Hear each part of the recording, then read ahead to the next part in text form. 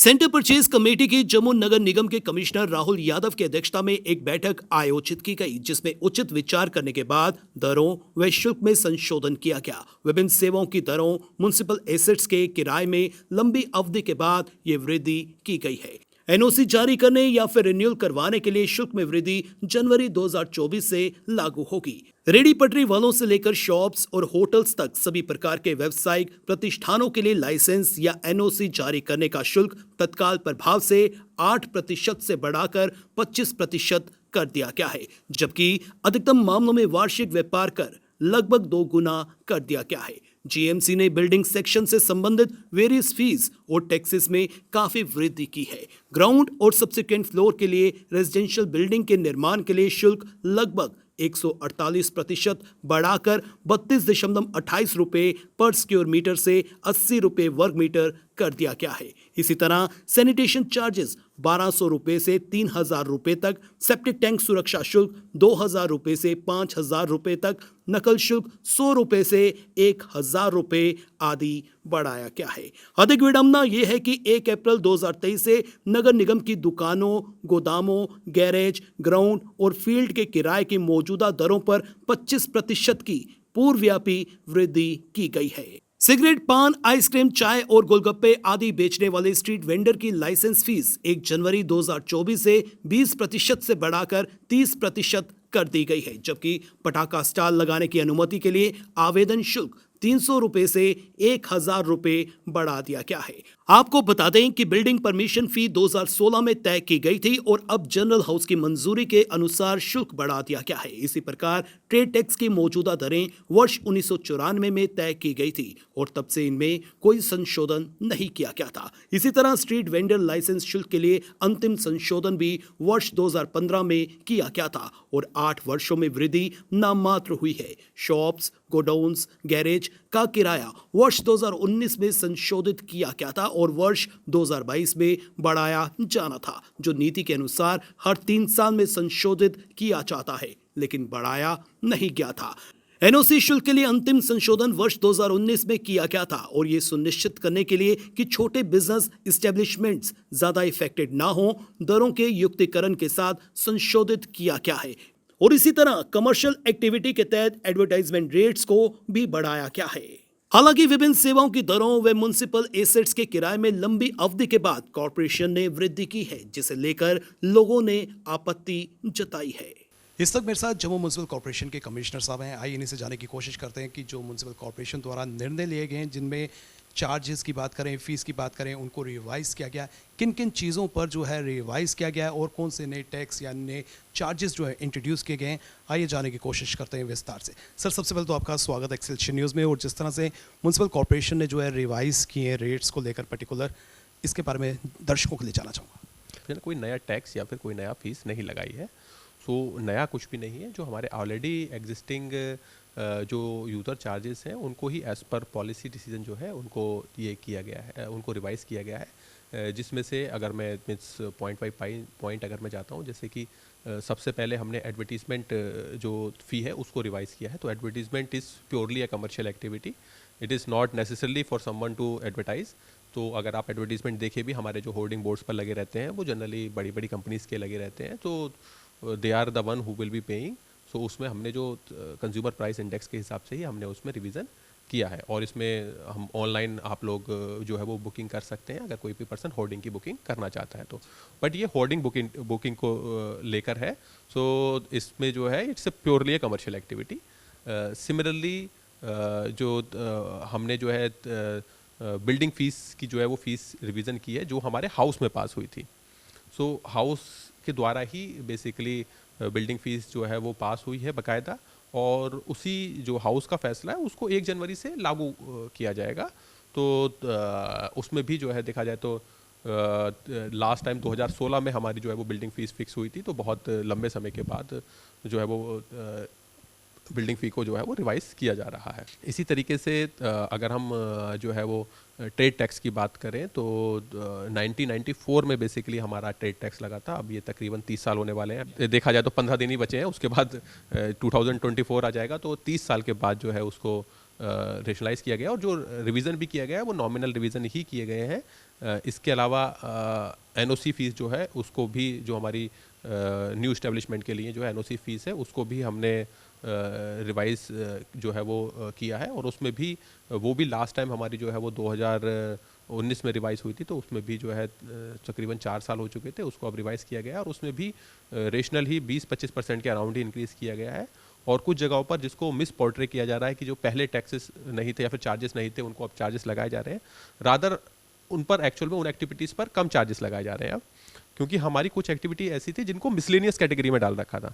तो क्योंकि जैसे मैंने आपको बताया ट्रेड टैक्स ये 94 में बना था, तो 94 में उस समय जिम नहीं होते थे, उस समय जो है कोचिंग सेंटर नहीं होते थे, उस समय क्रैचेस नहीं होते थे, उस समय प्ले स्कूल नहीं होते थे, तो ये सब के सब जो है वो मिसलेनियस कैटेगरी में आते थे और उनको सबके ऊपर सेम फीस लगाई जाती थी। फॉर एग्जांपल स्कूल है उसके ऊपर 7,700 रुपये की फ़ीस लगाई जाती थी। इसी तरीके से अगर कोई जिम है उसके ऊपर भी 7,700 की फीस लगाई जाती थी, तो सबके ऊपर हम सेम फीस लगा रहे थे। हमने उसको रेशनलाइज किया है, जो नई एक्टिविटीज़ इतने टाइम में आ गई हैं तो उनको मिसलेनियस कैटेगरी में ना डालकर उनको सेपरेट इस्टेब्लिश किया है। फॉर एग्जांपल जैसे मैंने आपको बताया कि पहले हम एक जिम के साथ जो हम सारे स्कूलों को 7,700 की फीस लगाते थे क्योंकि वो सब हमारे मिसलेनियस कैटेगरी में थे। अब हमने उसको क्रैच के लिए 2,000 फीस की है, प्राइमरी स्कूल के लिए 4,000 फीस की है, मिडिल स्कूल के लिए 6,000 फीस की है, और जो उसके बाद जो स्कूल है उनको जो है वो 8,000 फीस की है। तो रादर देन देखा जाए तो रेशनलाइज किया गया है।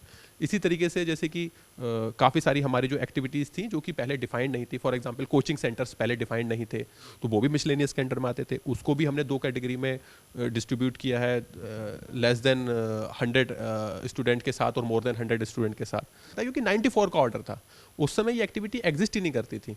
रेस्टोरेंट जो है उस समय एग्जिस्ट नहीं करते थे हमारे इस तरीके से, तो वहाँ पर वो सब की सब मिसलेनियस कैटेगरीज में थे। अब उनको रेशनलाइज किया गया है कि वो मोर देन 50 और लेस देन 50। जैसे मैंने आपको एक एग्जांपल, बिल्कुल आपको मैंने स्कूल का एक प्रोडेंट एग्जांपल बताया कि जिसमें हर स्कूल के ऊपर मैं 7,700 फीस लगा रहा था। अब क्रैच के ऊपर कुछ और फीस लगा रहे हैं, प्राइमरी स्कूल के ऊपर कुछ और फीस, मिडिल स्कूल के ऊपर कुछ और फीस। सो इस टाइप से दूसरी एक्टिविटीज़ को भी रेशनलाइज किया गया है, जिसमें कि कई सारे लोगों को इसको इस तरह से वो इंटरप्रेट कर रहे हैं कि पहले इन एक्टिविटी पर नहीं लगता था। पहले भी इन एक्टिविटी को अगर हमसे एनओसी लेनी थी तो हम इनके ऊपर चार्जेस लगाते थे, बट हम उनको फिर मिसलेनियस में काउंट करते थे, जिसकी मैंने आपको फीस बताई 7,700 और जो है वो एनओसी फीस थी, और हमारी आई थिंक 1,000 या 2,000 रुपये हमारी जो है वो ट्रेड लाइसेंस जो है वो चार्जेस थे, ट्रेड टैक्सेस थे, उसको हमने जो है वो रेशनलाइज किया है सो दैट जो है कि हर एक्टिविटीज़ वो बेटर डिफाइन हो सके। जो जम्मू म्यूनसिपल कॉरपोरेशंस की जो कमर्शियल प्रॉपर्टीज़ हैं उसमें जो लोग ऑक्यूपेंट हैं उनके जो बेसिकली जो रेंट होता था उसको रिवाइज़ किया गया है। ये हमारी पॉलिसी का पार्ट है कि हम हर 3 साल में एज़ पर पॉलिसी हमें रिवाइज करना होता है। तो मैं आपसे ये भी जानना चाहता हूँ, जिस तरह से शॉप्स की पर्टिकुलर बात करें, गोडाउन्स की बात करें या गैरेजेस की बात करें, तो ये कहा जा रहा है कि इनका जो चार्जेस जो बढ़ाए गए हैं वो अप्रैल 2023 से जो है वो लागू होंगे। हाँ, क्योंकि इसमें जो है हमारी एक पॉलिसी के तहत जो है वो हर 3 साल में बढ़ाने होते थे, तो ये 2019 में बढ़े थे, तो इस हिसाब से हमें ये 1 अप्रैल 2022 में बढ़ाने थे, लेकिन 1 अप्रैल 2022 में ये नहीं बढ़ पाए जो है, अब उसको हमने जो है इस साल बढ़ाया है और 1 अप्रैल 2023 से उनको बढ़ाया है। उसमें मैं ये भी जो है वो बिल्कुल पॉइंट आउट करना चाहूँगा कि हमारे जितने भी जो टेनेंट हैं वो जनरली हमें जो है वो साल के एंड में ही पे करते हैं। आज की डेट में मुझे मीन्स किसी ने भी पे भी नहीं किया होगा, और otherwise they were subjected to increase rent from April 2022, पर क्योंकि इस साल उनको बढ़ाया गया तो इस वजह से अप्रैल 2023 से वो बढ़ाए गए हैं, और अभी तक इस साल का रेंट जो है वो हार्डली ही किसी ने पे किया होगा। अगर किसी ने पे किया है तो we can consider on case basis. अगर किसी ने ऑलरेडी पे कर दिया है वी गॉट नो प्रॉब्लम। अगर कोई ऑलरेडी पे कर चुका है हमें पुराने रेट के हिसाब से we will abide by that, लेकिन जिसने नहीं पे किया है उसको नए रेट के हिसाब से देना होगा। अगर किसी ने पे कर दिया और अगर हमें कोई टाइमली पे करता है तो मेरे लिए तो जो मेरे को अप्रैल में अगर पैसा मिल गया है पुराने रेट पर भी, it is as good as आज की डेट में मेरे को बढ़े हुए रेट पर मिले, क्योंकि मेरी तो रिकवरी इतने टाइम में, मतलब we are also get benefited out of that. So और उसमें भी जो हमने जो इंक्रीज़ किया है वो बहुत नॉमिनल है, और उसके साथ में मैं ये भी पॉइंट करना चाहूँगा कि जम्मू म्यूनसिपल कॉरपोरेशन की जो कमर्शियल प्रॉपर्टीज़ हैं वो लोगों के पास बहुत ही कम रेट में है। जहाँ पर किसी भी जगह पर आप पता कर लीजिएगा जहाँ पर मार्केट रेट एक्चुअल में 30,000 और 40,000 है, वहाँ पर जम्मू म्यूनसिपल कॉरपोरेशन की जो है प्रॉपर्टी जो है वो 1200-1000 रुपये में जो है वो लोगों के पास रेंट पर है। सो जो है वो ऑलरेडी वी आर जो है वो उसमें बहुत नॉमिनल रेट पर है। इसके साथ ही जो रेजिडेंशियल प्रॉपर्टीज़ हैं, रेजिडेंशियल प्रॉपर्टीज़ के जो रेट्स बढ़ाए गए हैं वो ऑनरेबल हाई कोर्ट की डायरेक्शन पर, क्योंकि ऑनरेबल हाई कोर्ट में भी ये पॉइंट आउट हुआ था कि किस तरीके से जम्मू म्यूनसिपल कॉरपोरेशन की कुछ प्रॉपर्टीज़ में कुछ सिलेक्टेड लोग जो है वो उसका फ़ायदा उठा रहे हैं। So honourable high court has directed us and based on that we have framed a policy जिसमें कि केवल जो गवर्नमेंट एम्प्लॉयज़ हैं जम्मू म्यूनसिपल कॉरपोरेशन के सबसे पहले उनको, और उसके बाद स्टेट गवर्नमेंट के अगर एम्प्लॉयज़ हैं, अगर वो जेएमसी की प्रॉपर्टी में रहते हैं so they will be allowed and उनको जो है अपना एचआरए कटवाना होगा। फॉर एग्जांपल मैं इस समय जम्मू म्यूनसिपल कॉरपोरेशन की प्रॉपर्टी में रह रहा हूँ, so I am not getting any HRA, और उसके साथ में मेंटेनेंस फीस भी, एक नॉमिनल मेंटेनेंस फीस जो है वो देनी होगी। और अगर कोई अदर देन गवर्नमेंट एम्प्लॉय, अगर कोई लॉफुली अलॉटेड पर्सन है जिसको लॉफुली अलॉट हुआ है वो, अगर वो जम्मू म्यूनसिपल कॉरपोरेशन की प्रॉपर्टी को कंटिन्यू करना चाहता है तो he has to pay rent as per market rates. इसके अलावा मैं ये भी जानना चाहूँगा जो one time draftsman registration fees है उसके बारे में थोड़ा सा। जो ड्राफ्टमैन रजिस्ट्रेशन फ़ीस है वो बेसिकली जो ड्राफ्टमैन जम्मू म्यूनसिपल कॉरपोरेशन के साथ एज ए ड्राफ्टमैन वर्क करते हैं बिल्डिंग के नक्शे बनाने के लिए, उसमें इंक्रीज़ किया गया है। उसमें ऑलरेडी जो है वो श्रीनगर में ऑलरेडी जो है वो फ़ीस ऑलरेडी रिवाइज़ कर दी गई थी।